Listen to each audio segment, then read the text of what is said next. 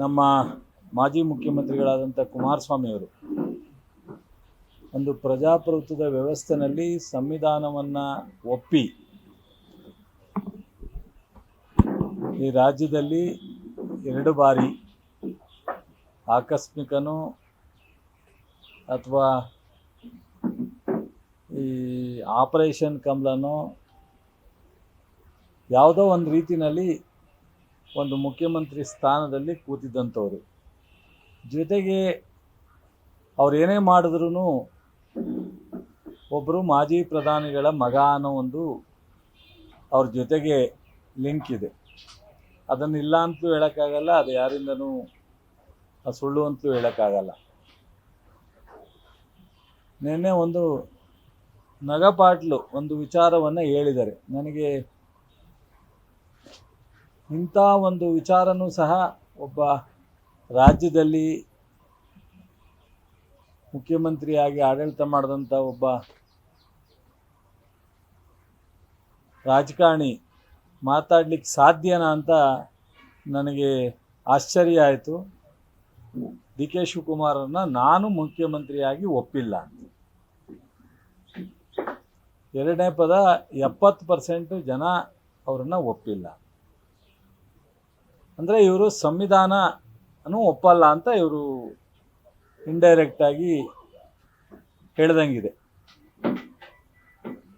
D K Shivakumar ಇವರಂಗೆ 28 ಜನ 30 ಜನ 35 ಜನ ಗೆದ್ದು ಮುಖ್ಯಮಂತ್ರಿ ಆಗಿಲ್ಲ. ಡಿ ಕೆ ಶಿವಕುಮಾರ್ ಅವರು ಒಂದು ರಾಷ್ಟ್ರೀಯ ಪಕ್ಷದಲ್ಲಿ ಅಧ್ಯಕ್ಷರಾಗಿ ಸಿದ್ದರಾಮಯ್ಯನವರು ಅವರಿಬ್ಬರು ಹೆಗಲು ಕೊಟ್ಟು ಈ ರಾಜ್ಯದಲ್ಲಿ ಕೋವಿಡ್ ಟೈಮ್ನಿಂದ ಹೋರಾಟ ಮಾಡಿ ಈ ರಾಜ್ಯ ಜನಕ್ಕೆ ಭರವಸೆಯನ್ನು ಮೂಡಿಸಿ ಖರ್ಗೆ ಅವರು, ರಾಹುಲ್ ಗಾಂಧಿಯವರು, ಸೋನಿಯಾ ಗಾಂಧಿಯವರ ಮಾರ್ಗದರ್ಶನದಲ್ಲಿ 136 ಜನವನ್ನು ಗೆದ್ದು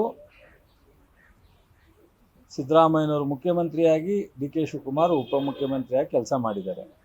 ಸಿದ್ದರಾಮಯ್ಯನವರು ಭಾಳ ಸಂತೋಷವಾಗಿ ನನ್ನ ಜೊತೆಲಿ ಹೆಗಲು ಕೊಟ್ಟು ಕೆಲಸ ಮಾಡಿದ್ದಾರೆ ಅನ್ನೋ ಒಂದು ಸಂತೋಷವನ್ನು ವ್ಯಕ್ತಪಡಿಸಿ ನಮ್ಮ ಹೈಕಮಾಂಡ್ ನಾಯಕತ್ವದಲ್ಲಿ ಪವರ್ ಬದಲಾವಣೆಯನ್ನು ಮಾಡ್ಕೊಂಡು ಇಬ್ಬರು ಅನ್ಯೋನ್ಯವಾಗಿ ಇವತ್ತು ಈ ರಾಜ್ಯದ ಜನರಿಗೆ ಕಾರ್ಯಕ್ರಮಗಳನ್ನ ಅಭಿವೃದ್ಧಿಯನ್ನು ಮಾಡ್ತಾಯಿದ್ದಾರೆ. ಇವರಿಂದ ನಾವು ಸರ್ಟಿಫಿಕೇಟ್ ತಗೊಳ್ಳೋ ಅವಶ್ಯಕತೆ ಇಲ್ಲ. ಬಟ್ ಇವರು ಒಂದು ಸಂವಿಧಾನ, ಒಂದು ಪ್ರಜಾಪ್ರಭುತ್ವದಲ್ಲಿ ಇದೀನಿ ಅನ್ನೋದನ್ನೇ ಮರೆತು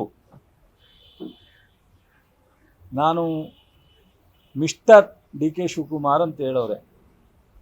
ಮಿಸ್ಟರ್ ಕುಮಾರಸ್ವಾಮಿ ಅಂತ ಹೇಳೋಕ್ಕೆ ನಮ್ಗೆ ಯಾರೂ ಬರಲ್ಲ ಅಂತ ತಿಳ್ಕೊಳ್ಳೋದು ಬೇಡ. ಅವರು ಮಿಸ್ಟರ್ ಕುಮಾರಸ್ವಾಮಿ ಅಂತ ಹೇಳೋದಕ್ಕೆ ಎಲ್ರಿಗೂ ಬರುತ್ತೆ.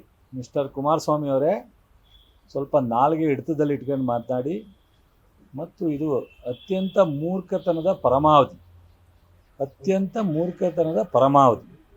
ನಿಮ್ಮ ನಾಯಕತ್ವ ಎಲ್ಲಿದೆ? 2006ರಲ್ಲಿ ನೀವು ಜನತಾದಳದಿಂದ ಅಧಿಕೃತವಾಗಿ ನಾಯಕನ ಘೋಷಣೆ ಆಗಿದ್ರಾ? ನೀವು ಡಿ ಕೆ ಶಿವಕುಮಾರ್ ಅವ್ರನ್ನ ನೀವು ಆ ಥರ ಹೇಳೋದಾದರೆ ನೀವು ಇವತ್ತಿನವರೆಗೂ ಜನತಾದಳ ಅವತ್ತಿದ್ದಂಥ ನಮ್ಮ ಬಳ್ಳಾರಿಯವರು ಅಧ್ಯಕ್ಷರು, ಅವ್ರ ಹೆಸರು ಮರ್ತೋಯ್ತು ನನಗೆ, ಜನತಾದಳದ ಅಲ್ಲಲ್ಲ ಬಳ್ಳಾರಿಯವರು ಅಲ್ಲಲ್ಲ ತಿಪ್ಪಣ್ಣ, ಕರೆಕ್ಟ್, ತಿಪ್ಪಣ್ಣವ್ರ ಅಧ್ಯಕ್ಷರು.